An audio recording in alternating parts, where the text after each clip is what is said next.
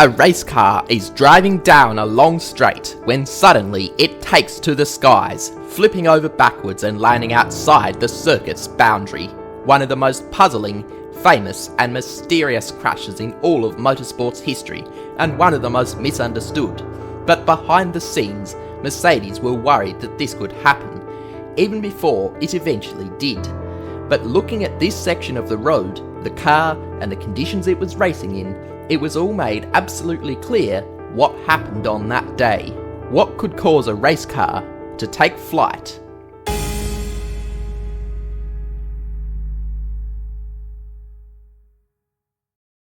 It's the 10th of June, 1999. Mark Webber is driving the Mercedes CLR in qualifying for the 24 Hours of Le Mans. The car he's driving is one of the most advanced prototypes the world of endurance racing had ever seen up to this point. The car is a complete overhaul from the CLK GTR and CLK LM that it replaced, but they do share a similar appearance on the outside, but they're completely different cars. Powering the CLR is a 5.7 litre V8 engine. The engine is reasonably powerful, and this will help out at this track because Le Circuit de la Sarthe is one of the fastest racetracks in the world. Even after chicanes were placed on the Mulsanne straight, each section between the chicanes is as long as the longest straight you'll see in Formula 1. This means that straight line speed is very important, much more so than almost any other track in the world.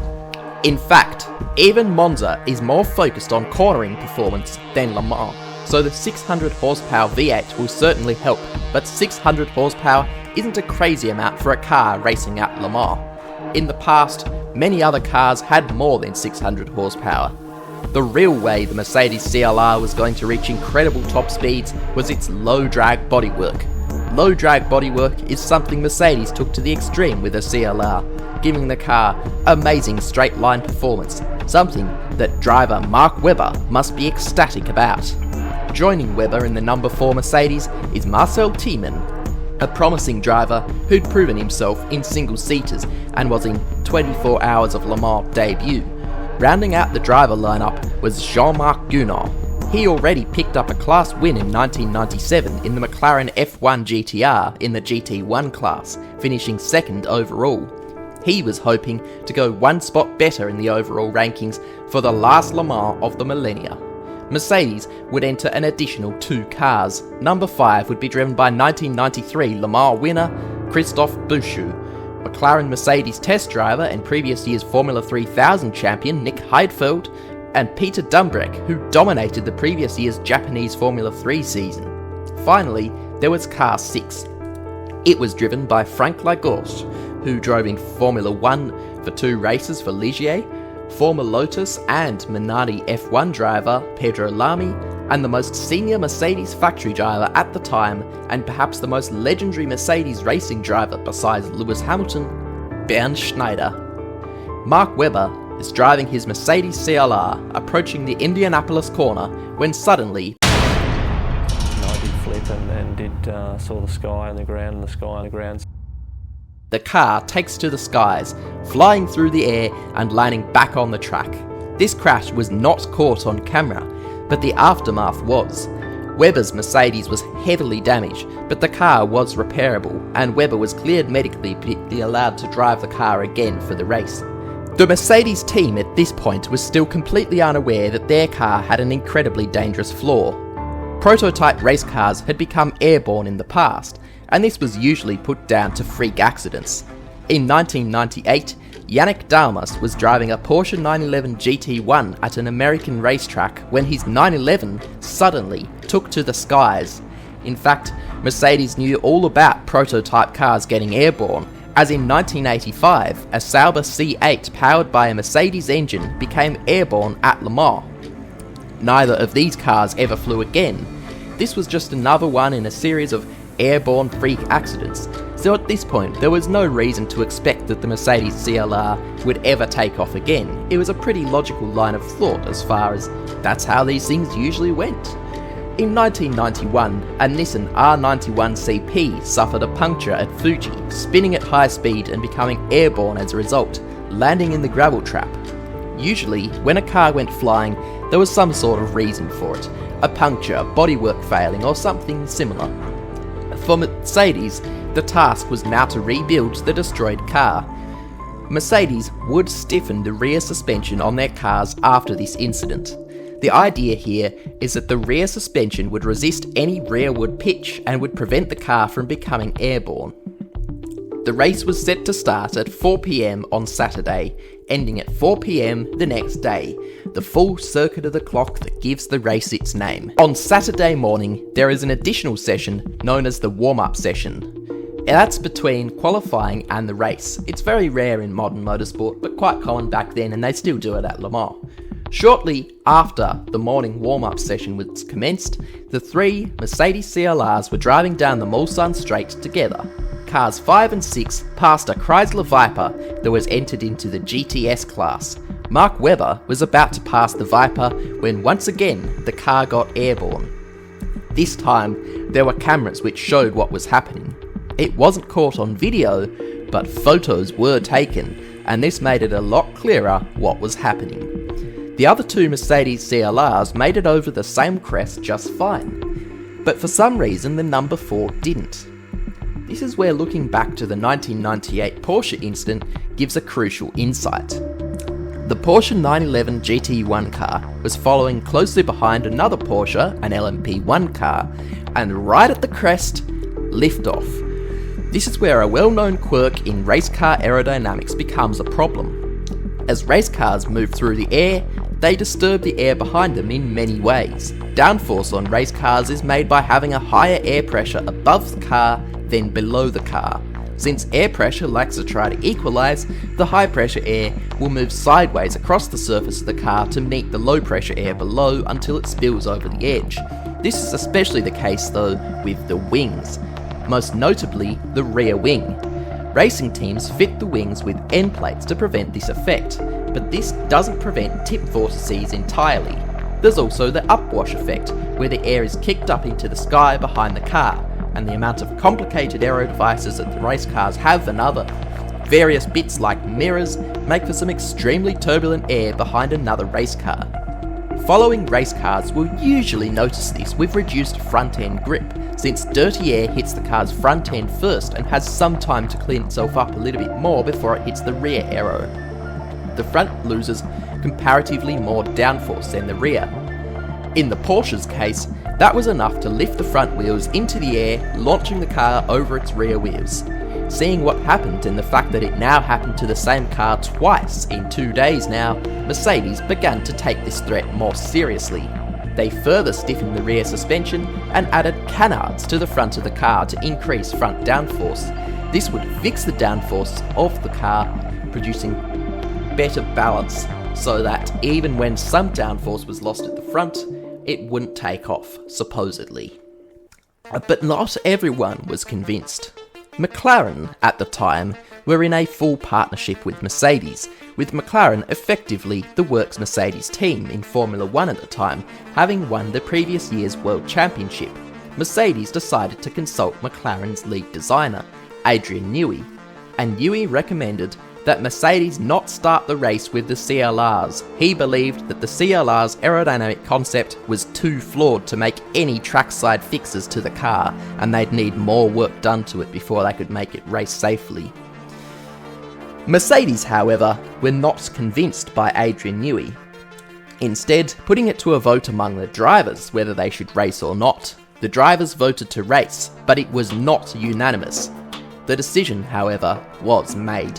Mercedes would start the 1999 24 Hours of Le Mans with 2 cars, Car 5 and Car 6. Car 4 was too heavily damaged to start.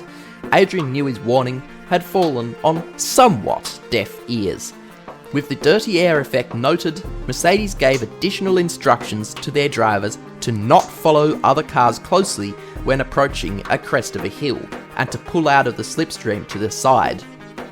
The race started, and the cars all set off. For the first few hours, things seemed to be working well for the 2 Mercedes CLRs. The Toyota GT1 was fast, and they locked out the front row of the grid, but the CLRs were catching them. At around the 4-hour mark, Scotland's Peter Dumbreck got into the number 5 car. It would be the first stint that the Scotsman would drive in the race. The CLRs had moved forward from their qualifying position. This car was a heavily tested and extensively researched car, and it was looking like a possible challenger for the win. Dumbreck had caught up to the number 1 Toyota TS020. The Mercedes CLR was faster down the straights, but not by enough. Peter Dumbreck needed to pass the Toyota, and soon. The trouble was, he was under strict instructions from the team not to follow closely over crests. If he gets too close, the car will take to the skies. Dumbreck knew there was a risk of this happening, so he followed the rule. The trouble is, following closely behind another car is useful for overtaking, and not just for the obvious reason of being close, but aerodynamics. That turbulent air might make the wings less effective, but it's also lower pressure, and you want to be in the car ahead's slipstream to get a speed advantage because there's less drag in there. The slipstream assisted overtake is perhaps the easiest and most common form of overtake in all of racing. But every time Dumbreck got close to the Toyota ahead, he had to pull out of the slipstream of the car ahead at the crest to avoid making the car go flying. Then, on his 75th lap of the race, he had just exited the Mulsanne corner. He was quite far back from the number 1 Toyota, so he decided he wouldn't offset to the side to avoid slipstream. He did seem far back enough, and he thought he could take the crest flat out. But just as he reached the crest of the hill, he ever so slightly touched the curb on the inside of the track. It's a fairly flat curb, but it's raised the front wheels just a little bit more. Combine this with the crest of the hill and the dirty air, and the result was inevitable. The Mercedes took to the skies for one final time, flipping over backwards and landing beyond the track boundary. Dumbreck made a lucky escape, as the section his car landed in happened to have the trees recently cut down. The car landing beyond the track boundary made the safety car intervention brief, as the track was already clear of the car, but now everyone was asking the same question. The question that Adrian Newey already knew the answer to before anyone was even asking. How could a 900 kilogram race car with downforce pushing it into the track suddenly take off and fly off the track? To answer the question, let's have a look at how Le Mans prototypes are designed. Since the end of the Group C era, the cars became somewhat less powerful. That meant that to improve the straight line speed, the teams needed to focus on the drag. So how are low drag cars designed? Well, first, let's look at the most efficient aerodynamic shape possible. To design a Le Mans prototype, the teams start out with this ultra efficient shape as the basis of the car, and then modify the shape enough so that a race car can vaguely fit into it. The shape in question is the teardrop shape. It's round at the front, pointed at the rear, but you can't exactly make a car look precisely like this. This is the most aerodynamic shape for if you're making something fly through the air, but a car has the ground below, and the regulations require that the car has a flat floor, so you actually end up with a half teardrop. This still doesn't look much like a race car. We still need the car to have a surface touching the ground, the wheels. So let's give our car some wheels. The front seems simple to do, there's lots of space in there, but we'll have to modify the bodywork in order to put the rear wheels in place, so the rear wheel is out of the airflow. The CLR is a closed cockpit car, and it'll need a driver who, for safety reasons, must sit behind the front wheels. So we'll have to put him in the middle, but of course he has to see, so he needs to lower the front of the car and put a windscreen and windows and all that sort of stuff. Of course, the car has a big V8 engine, so you'll need to get air into that engine for it to run, but you also need to cool it down. To cool it down, you need cold air coming in and hot air going out. You need both sides. The cold air coming in can be sorted with some side-mounted radiators that are neatly obscured behind the doors, but the hot air still needs to go out somewhere. There's a big low pressure at the back of the car, so opening up the rear of the car should let some of that hot air out of the back and give some space for the exhaust system too. Finally, we need to make it fast in the corners, so let's add some downforce to the car, starting off with some extended rear bodywork and a rear wing. Of course, that rear wing will have end plates. Now, we have a car that looks pretty much exactly like the Mercedes CLR. But here's the thing with the teardrop shape. It's also known as the aerofoil shape, as wings also have this exact same shape. Notice how when you remove the end plates you see that shape is repeated on the rear wing? That's no accident. When you tilt a wing downwards like this, you create downforce. When you turn it the other way though, it creates lift. The steeper you turn this angle upwards, the more lift it makes. The car makes most of its front downforce from what's often referred to as the front diffuser. It's like a front wing, but it's buried under the nose cone and hard to see from the outside of the car. The front diffuser makes downforce by being really close to the ground. The further you lift it from the ground, the less downforce it makes. This also brings the rear closer to the ground, making the rear diffuser more effective. Meanwhile, the rear wing is making downforce regardless of its distance to the ground, since it's not a ground effect device and it's keeping those rears planted. To compound the situation, Mercedes had no rake on the CLR, it sat flat, so any small lift to the front would put the car immediately into a negative rake angle, that's nose up, and as the front end got higher and higher from the ground, it would begin to make lift, rapidly tilting the nose into the sky until the car takes off completely. This wing-shaped car would then eventually stall and then crash back into the ground. But this question still isn't answered. All the other teams had teardrop-shaped cars too. Why didn't the other cars take off like this? There's a couple of reasons. One is that Mercedes used a much shorter wheelbase than the other teams. By bringing the wheels inboard, they could have their car match the teardrop shape more closely, and it made the car more responsive. Although this did come at the expense of stability. Schneider's Mercedes, still with that very distinctive Mercedes bouncing nose pattern. It's quite bumpy as they can. That did, however, give the car more surface area ahead of the front wheels with some leverage to tip the car up into the air. But the other thing is that the Mercedes wasn't the only car that came from the factory with this feature.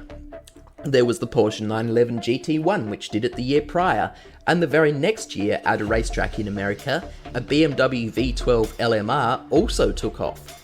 This was also a car from 1999. It was clear that there was more going on, especially when you consider that the BMW V12 LMR is an open-top car, which has a less extreme following of the teardrop shape. There was one more crucial problem. The floor was perfectly flat, which meant the cars were running very close to the ground to maximise the downforce. This was unlike Formula 1 cars of the day. F1 cars ever since 1995 featured what's known as a stepped floor, where the centre had to be lower than the sides of the floor. This effectively made it impossible to get the whole floor too close to the ground. Furthermore, F1 cars had a plank of wood underneath the car. The purpose was the taking of measurements. If this plank was worn down too much, the car must have been too low to be legal and would be disqualified. The thing that got Pierre Gasly and Lewis Hamilton disqualified from the 2025 Grand Prix in China, in fact. In 2004, the FIA and the ACO unveiled a new set of updated rules that require the floors of all cars in the new LMP1 class, replacing the outgoing LMP 900 and LMGTP class, to be stepped floors with planks. The cars were also given shorter maximum overhangs to prevent the issue of the extended front end of the Mercedes, and the chapter of cars taking off at Le Mans was mostly closed, with the exception of cars that were already involved in crashes. Not a single Le Mans prototype has taken off from purely aerodynamic effects. Unfortunately, this does not apply to all sports car classes though. The Nürburgring has seen 2 incidents like this, and one of them with tragic results. In 2015, during a VLN race, a Nissan GTR GT3, driven by Jan Mardenborough, took off at the corner Flugplatz, which is German for airport, not because the cars take off there, but because there used to be a small airfield nearby. Unfortunately, a spectator was fatally hit in this incident. As a result of this crash, a temporary speed limit was added to that section of the racetrack outside of organised racing events, whilst they worked on a more permanent solution. What they did was flattening out the crest at Flugplatz to make it safer. More recently, at the 2023 24 Hours at the Nürburgring, a Porsche 911 Carrera Cup car following closely in the slipstream of an Audi R8 LMS Evo 2 came dangerously close to becoming airborne at the crest before Schwedenkreuz. The 911 Cup car is already quite high from the ground for a race car, and its frontal overhang is less aggressive than a full GT3 car or a Le Mans prototype, which is most likely reason that the driver was able to apply brakes in time, causing a forward weight transfer to push the nose down. But as for the Mercedes CLR, its story ended the moment Dumbreck's car took to the skies. The following lap, the number 6 car was withdrawn from the race, and Mercedes has never made a Le Mans prototype since. But the 9 drivers of the CLR all went on to have amazing careers after 1999. In the number 4 car, Marcel Thiemann would go on to win the 24 Hours of the Nürburgring 5 times, including 4 victories in the famous Manthey Racing Grello. Jean-Marc Gounod would soon retire from motorsport, but his son Jules Gounod would go on to become one of the most successful Mercedes factory drivers in GT3 racing. He'll make his first start in a Le Mans hypercar at the 24 Hours of Le Mans this year. Most famous of all, and the driver who flipped the car twice, Mark Webber, would go on to drive in Formula 1 for over a decade, flipping yet another car on his way to nearly win the 2010 Formula 1 World Championship, but falling just short. He retired from F1 at the end of 2013 and went back to sports car racing, winning the World Endurance Championship in 2015 with Porsche. In the number 5 car, Christophe Bouchou would win the FIA GT Championship 3 times in a row. Nick Heidfeld would go into Formula 1 racing for BMW alongside Robert Kubica, and always being a great performing driver. Peter Dumbreck would continue racing for Mercedes for the next 3 years in DTM, with a best finish of 3rd in the Drivers' Championship. In 2004, he'd be involved in another major crash at Zandvoort whilst driving an Opel Vectra in DTM. He would continue racing another 10 years after that. Pedro Lamy would be the in-class winner of the European Le Mans Series 3 times, take 2 overall podiums at Le Mans and a class win. Frank Lagorce would soon retire from motorsport.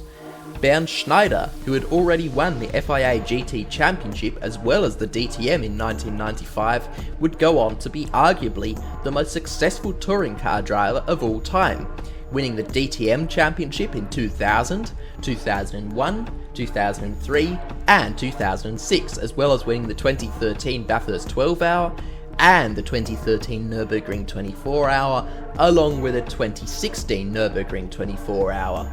The CLR may never have succeeded, but its drivers certainly did.